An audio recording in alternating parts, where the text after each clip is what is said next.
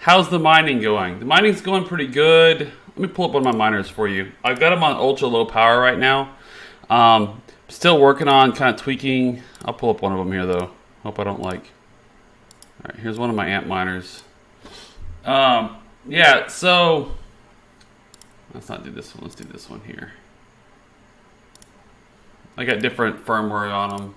Hive OS, Nice Hash, the stock OS. I'm playing with a bunch of different OSs. I think both these are on Nice Hash or whatever.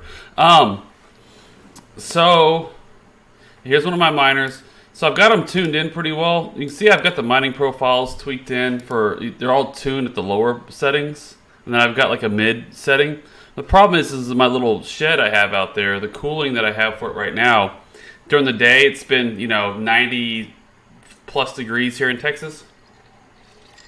And I am cooking that shed. The cooling I have, I mean, I redid the cooling to vent as much hot air out of one of the windows as I could.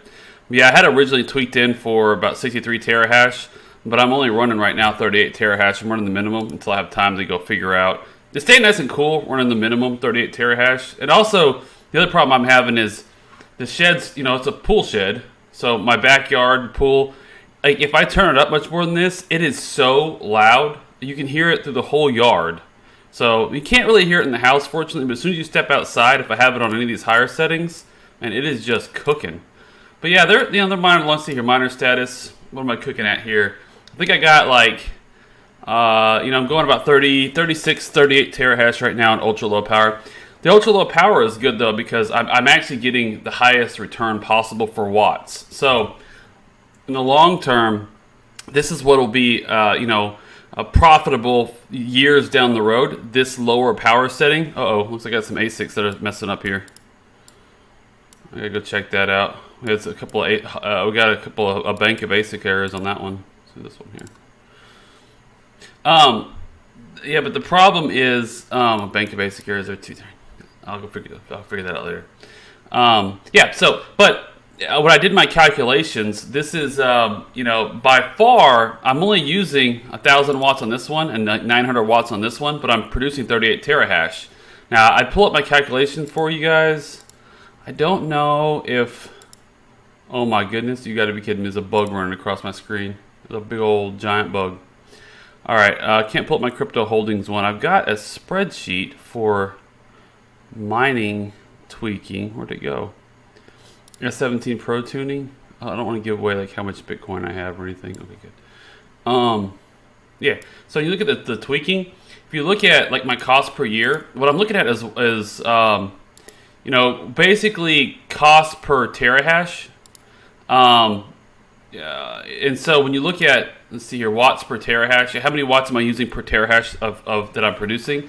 This is the most profitable, in the very long term with expensive electricity. But these are my most profitable profiles right here, right in the middle. The problem is I just don't have the cooling, and I don't have the desire to listen to screaming banshees when I'm in my backyard. So running it on these two settings right here, basically I need to automate it to flip to either this one or this one at night, and then back to this one during the day. So that way when you're out there, you don't hear screaming banshees, and the 90+ degree summer heat doesn't kill them. Or kill my shed. All right. Anyway, that's where I'm at on the mining though. But the mining's going good. I'm ramping up, getting more and more miners going. All right.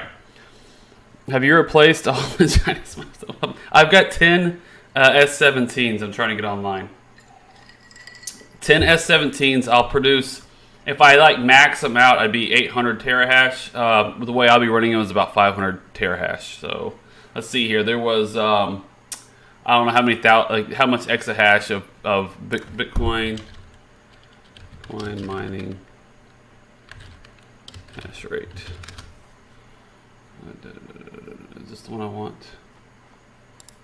This will work. It's not the one I want, but we're at 100 million terahash. So whatever, it's in the exahash is how you actually, it's multiple exahash. I don't like the ones that read them out in terahash. I want exahash. This one reads exahash. Perfect. So the Bitcoin mining network now has bounced back to, what are we bouncing around at? 93 exahash. So I don't know what my share of that, but it's a small, tiny fraction. All right. But nonetheless, how much BTC will machine mine a month? You go over here to my tuning. So I'm producing at these medium. I'm producing like 0.17. So if I really cranked them up, say one of these rigs can produce about 0.2 of a Bitcoin a year. So 10 of them, I'm producing two Bitcoin a year at the highest settings, and I'm producing about.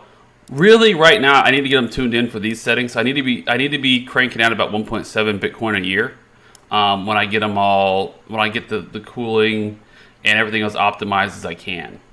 I want to be running this, at least this profile right here, which is about 1.7 Bitcoin a year for all 10. But, you know, 7/10 of a bit, or 1.17 Bitcoin per miner a year. That's the total revenue. That's not, I mean, obviously electric costs. What I do is I eat the electric costs. I just pay for it out of other cash flow, and I keep all the coins. And then I sell the coins, you know, based on trading. How's it going? Yeah, hey, Mindy. Good to see you. I went live the other day, too, so I pump, but I don't dump, Elon. Everything, okay, let's see here. So that's mining. Yeah, you should shoot for 450 CFM per S17, S17 Pro. If you have 10, you probably want 50,000 CFM of exhaust for my research. Yeah. So I was doing some exhaust calculations too. So I'm looking at some industrial fans. So I've got a friend that does woodworking. He's working on building me some custom cabinets right now. So I only have right now everything I have is like it's totally ghetto rigged on some plastic, temporary plastic shelves that I got from Home Depot just to get it. Kind of start figuring things out, but we're looking at some industrial fans, and an industrial chiller. But I still need an actual air conditioner to remove moisture from the air too. So we're working on like a hybrid system of just a general chiller, commercial chiller, some commercial fans, and then some air conditioning to just max it out. And it's going to have three. So the configuration will be I'll have 3 miners per bay. And then I'll probably end up buying some S19s or whatever comes available in a few months to fill up. I'll have 12. I'll ultimately have 12 miners in this. So we're going to have four bays tall, 3 miners per bay with commercial fans. So there's going to be a commercial fan and a filter in front of the commercial fan per bay. The commercial fan just blowing air across the miner. And then we're going to suck that out all through the back of the rack to the top. And we're going to have another commercial fan with, you know, the waterproof louvers exiting. So we're looking at the external commercial fan has to be, we're looking at about 60,000 cubic feet per minute of exhaust on that. So something close to what you had said there, I think. And this is all a proof of concept for, we're looking at some land that's way up by a solar mining farm, a solar panel farm that we have in the area here. So I'm looking at trying to park it next to that solar farm, and during the day, and I'm going to have my own solar too capacity. I'm going to try to build out on some land. So during the day, I'm trying to get like 5 to 6 kilowatts hour off of the grid, and then anyway, nobody cares about that stuff. 5,000 CFM. We were looking at like maybe it's 50, maybe it's 6,000 instead of 60,000. I don't know. I have to look at what is my hold on. I need to get back to talking about what we came to talk about. You got me off on a. Let me look at the fan as I'm looking at. Hold on.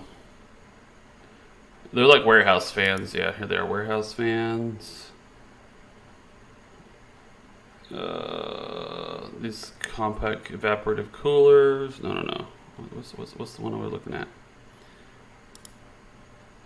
These do, yeah, 6,000 CFM. Yeah, you're right. So these are, we're looking at one that does 12,500 CFM, and just running it at a lower setting. So it just has, it's more to 36-inch industrial fan that does 9,000 to 12,500 CFM. So we'll be pulling 9,000 out.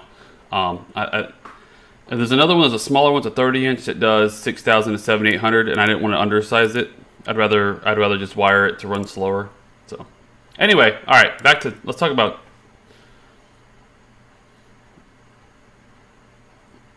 Yeah, I need to do some videos about it. Right now, I'm still like the shed is so ghetto rigged, y'all. I've got those, you know, those what do they call those, tech shield boards that you install like in your attic. I've got tech shield boards around the little temporary shelving that I built to you know, have a consistent airflow.